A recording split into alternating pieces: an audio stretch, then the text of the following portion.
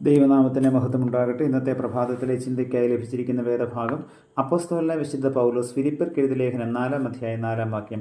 കർത്താവിൽ എപ്പോഴും സന്തോഷിപ്പീൻ സന്തോഷിപ്പീൻ എന്ന് ഞാൻ പിന്നെയും പറയുന്നു, നിങ്ങളുടെ സൗമ്യത സകല മനുഷ്യരും അറിയട്ടെ.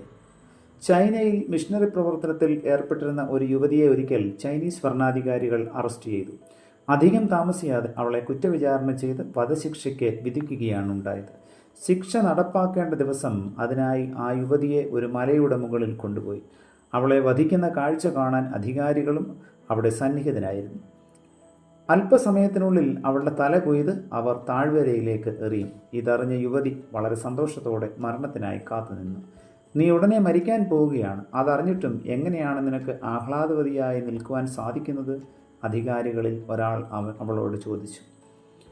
പുഞ്ചിരിയോടെയുള്ള അവിടെ മറുപടി ഇങ്ങനെയായിരുന്നു: നിങ്ങൾ എൻ്റെ തല കൊയ്ത് താഴ്വരയിലേക്ക് എറിയുമ്പോൾ ഞാൻ ദൈവത്തിൻ്റെ മഹത്വത്തിലേക്ക് പ്രവേശിക്കും. അതോർക്കുമ്പോൾ എനിക്ക് സന്തോഷം അടക്കാൻ സാധിക്കുന്നില്ല. ഇത് കേട്ട അധികാരികളും ജനസമൂഹവും പകച്ചു നിന്നു. ഹോ, എത്ര വലിയ വിശ്വാസമാണിത്! അവരിൽ ചിലർ അത്ഭുതം കൂറി. അവളെ ഒന്നും ചെയ്യരുത്, വെറുതെ വിട്ടേക്കൂ, അധികാരികൾ ആജ്ഞാപിച്ചു. അവർ അവളെ ഉപേക്ഷിച്ച് മടങ്ങി.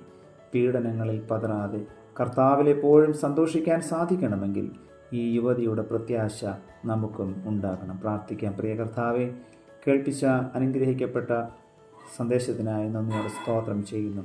പ്രിയ കർത്താവെ, എല്ലായ്പ്പോഴും അങ്ങയിലുള്ള പ്രത്യാശയിൽ ജീവിപ്പാൻ തക്കവണ്ണം ഞങ്ങളെ അവിടുന്ന് സഹായിക്കണമേ. ഈ ലോകത്തിൻ്റെതായിട്ടുള്ള കഷ്ടതകളും പ്രയാസങ്ങളും ഒറ്റപ്പെടലുകളും ഒക്കെ ഞങ്ങളെ ദുഃഖിപ്പിക്കുമ്പോൾ ഒരിക്കലും നിരാശപ്പെട്ടു പോകാതെ സന്തോഷത്തോടും പ്രത്യാശയോടും കൂടെ അങ്ങയുടെ മുഖത്തേക്ക് നോക്കുവാൻ ഇന്നത്തെ പ്രഭാതത്തിലെ വചന കേൾവി ഞങ്ങളെ ഓരോരുത്തരെയും സഹായിക്കണമേ. പുത്രൻ്റെ നാമത്തിൽ പ്രാർത്ഥന കേൾക്കണം പിതാവേ. ആമേൻ.